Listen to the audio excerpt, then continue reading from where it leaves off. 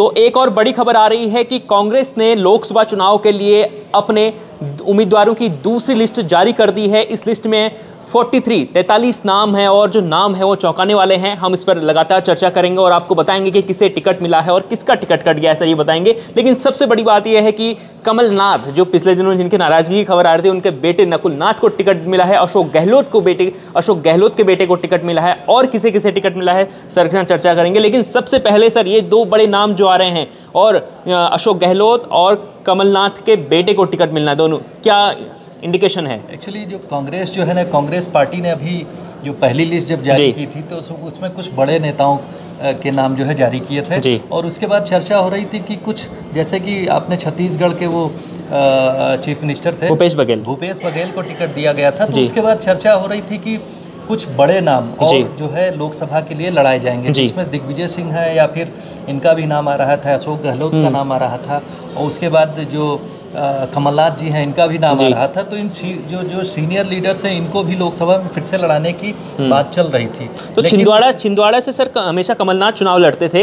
इस बार नकुलनाथ को चुनाव लड़ाया जा रहा था। क्या कमलनाथ का टिकट कट गया है, मान के चला? कटना नहीं है जी, ये कटा हुआ नहीं है। उन्हीं की लिगेसी को उनके पुत्र अगर आगे बढ़ा रहे हैं तो राजनीति में ये कहेंगे कि उन्होंने अपनी सत्ता जो है उनको ट्रांसफर कर दी है। और जाहिर सी बात है कांग्रेस के पास ये कहने के लिए हो गया है कि वो जो फ्रेश फेसेज हैं, जो नए फेसेज हैं, प्रधानमंत्री जी जो कह रहे थे कि हम कांग्रेस कभी मौका नहीं देती 50 से नीचे वालों को, ये दिखा दिया है कांग्रेस ने इस बार। फ्रेश फेसेज को, नए चेहरों को जो चुनावी मैदान में उतारना जो है उसी रणनीति का एक हिस्सा है। जैसा कि आपने देखा 43 सीटों पे जो है उन्होंने कैंडिडेट्स अनाउंस किए हैं, जिसमें अगर मैं सही हूँ तो राजस्थान और मध्य प्रदेश, असम और मुख्यतः इन तीन राज्यों का है उन्होंने अनाउंस किया। असम से भी उन्होंने जो गौरव गोगोई का जो है जोरहाट से उनका नाम अनाउंस किया है। उनके पिताजी लगातार चीफ मिनिस्टर रहे हैं असम के।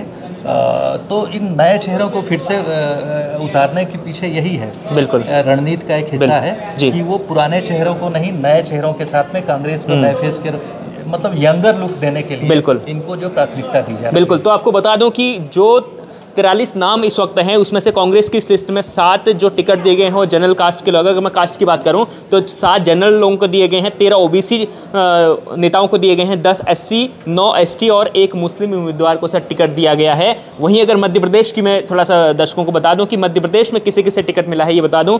छिंदवाड़ा से कमलनाथ की जगह उनके बेटे नकुलनाथ को टिकट मिला है सर। भिंड से फूल सिंह बरैया को टिकट मिला है। टीकमगढ़ से पंकज अहिरवार को टिकट मिला है और सतना से सिद्धार्थ कुशवाहा और सीधी से कमलेश्वर पटेल को सर टिकट मिला है। और सबसे बड़ी बात यह है सर, धार से राधेश्याम मुवेल को भी टिकट मिला है। इसके अलावा जो एमपी की जो लिस्ट है काफ़ी बड़ी है।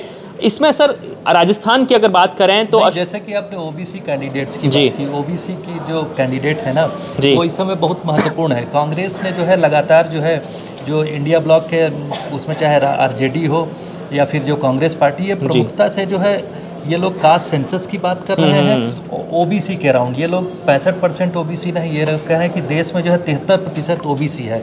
इस तरीके से भी जो है बीजेपी पे लोग प्रहार कर रहे हैं कि ओबीसी को प्राथमिकता बीजेपी नहीं दे रही है।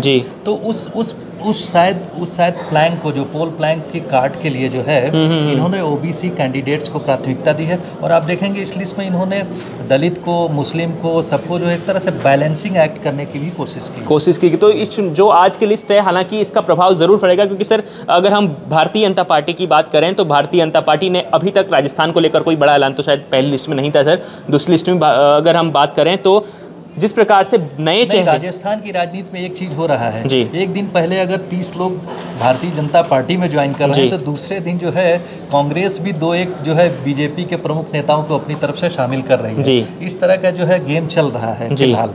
तो इस गेम में सर किसे फायदा होगा, भारतीय जनता पार्टी को कि कांग्रेस को? भारतीय जनता पार्टी पूरी तरह से कॉन्फिडेंस पे दिख रही है क्योंकि उनको मैं आपको बता दूं कि भारतीय जनता पार्टी को इस बार लोकसभा में सत्ता में आने की ज़्यादा जल्दबाजी से ज़्यादा ये है उनके पास जल्दबाजी की 400 सीट जीते और अपना मत 50% 50% के ऊपर बढ़ा है। उनकी परेशानी ये है, उनकी परेशानी ये नहीं है कि किसी भी तरह से सत्ता में आ जाए। सर, कमलनाथ को की जगह नकुल नाथ को उठाना और अशोक गहलोत के बेटे को टिकट देना, तो अब जो कमलनाथ क्या भूमिका निभाएंगे बीच में, उनकी जो नाराजगी आ रही थी, कहीं इस बात को लेकर नाराजगी तो नहीं थी कि बेटे को लेकर टिकट मांग रहे थे?